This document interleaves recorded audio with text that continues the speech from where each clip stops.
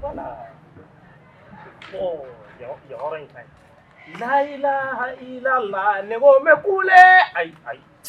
Aïe. Nego me coule, nino kedron. Iba ya, avec toi, une quoi. Avec toi, une. Mais nina la ilaha illallah, Mamadou Rasulullah. Mena kuma, voilà. Oh,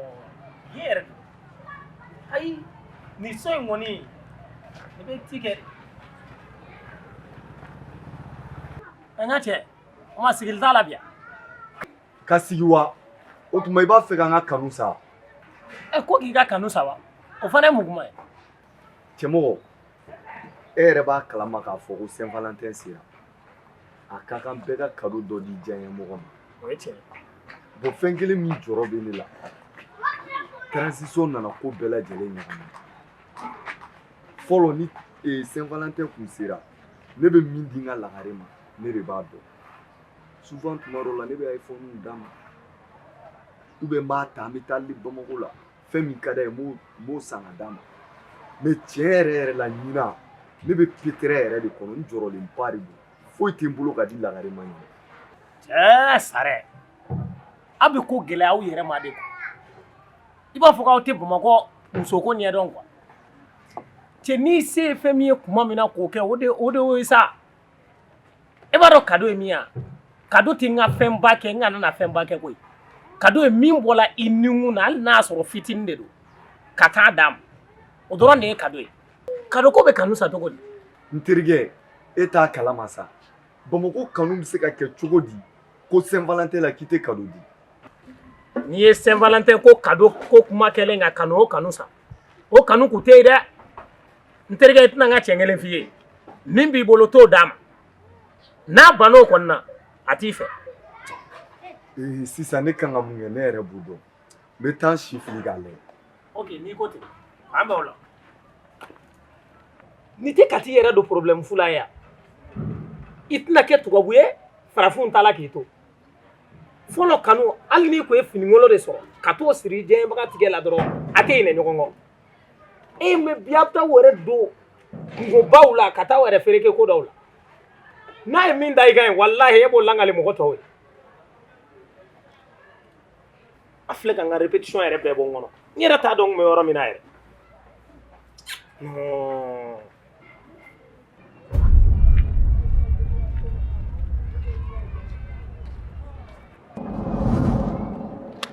Bébé, ça va? ça va un peu Kan jumɛn b'i da? kan foyi tɛ yen E kun ye ne wele? awɔ ne tun y'i wele I komi fɛn sera o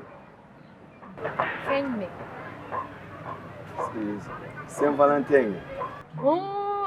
fɛn min ne kun ɲinɛ n'o kɔ walayi ne kun ɲinɛ n'o kɔ walayi bébé dɛ I b'a dɔn ne kun nana de parce que d'habitude i n'a fɔ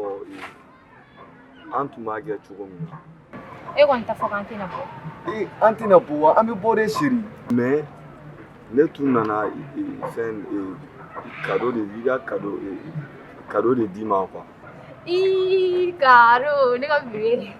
e na cadeau jumɛn di ne ma ɲinan sisan I b'a dɔn n bɛna cadeau d'i ma n bɛna cadeau ɲɛnamaba de d'i ma ne b'a dɔn e ye cadeau di ne ma mais sisan e k'i ɲɛ tugu k'a ɲɛ datigɛ